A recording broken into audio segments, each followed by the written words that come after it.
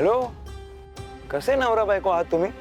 एकमेकांबरोबर वेळ घालवायला एवढा वेळ मिळालाय तरी चक्क समोरासमोर बसून मोबाईल मध्ये काय घुसून बसलाय? मग काय करू?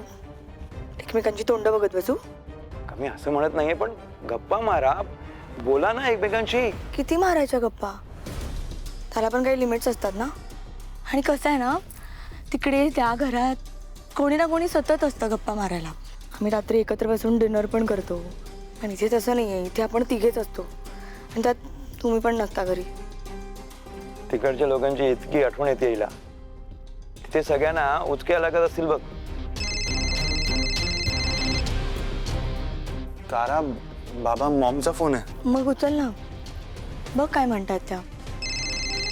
फार फार तर काय, त्या तुला एकट्याला घरी ये म्हणते. नाही नाही, मला नाही वाटत असं. काहीतरी वेगळं कारण असेल. अरे चर्चा करू नका, फोन उचल आणि स्पीकरवर ठेव.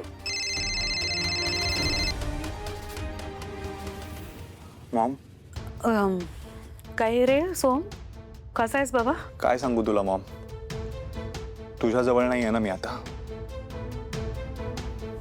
ठीकच आहे म्हणतो. असं जीवावर येऊन ठीक आहे वगैरे बोलू नकोस. खरोखरच ठीक हो. खरोखरच ठीक मी आता फक्त घरी आल्यावरच होईन. मग वाट कसली बघतोयस? चल ये आपल्या घरी. हा काय मॉम, तू मला घरी यायला सांगतेस? हा म्हणजे जे काही झालं ना ते सगळं विसरून जा आणि ये आता लवकरात लवकर घरी ये निघून. पण मॉम, तुला माहिती आहे ना, मी ताराला एकटीला सोडून नाही येणार घरी. मी कुठे म्हणते एकटा ये. ताराला घेऊन ये घरी. तिच्याशिवाय नको येऊस, तिला घेऊनच ये. हा चल निघा आता लवकर. हा वाट बघते मी. हो mom, thank you so much, thank you so much. Bye. Mom हो म्हणाल्या म्हणजे त्यांनी मला माफ केलं. त्यांनी आपल्याला दोघांना पण घरी बोलवलंय परत. फायनली आपण आपल्या घरी जाणार होतो. हा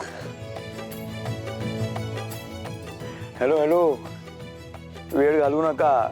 त्यांचा विचार बदलण्याच्या आधी निघा. हो, मी आवरून येते पटकन. हो.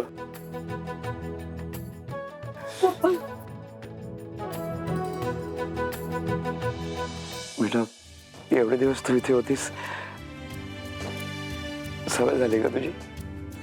नाही पण बरं, तुझ्या मनासारखं होतंय तर थांबी म्हणू शकत नाही. मी तुला, सोमला खूप मिस करेन का? नाही पण तुमचं खरं घर तेच आहे. होऊ दे, तुमच्या मनासारखं होऊ दे. आवरते मी पटकन.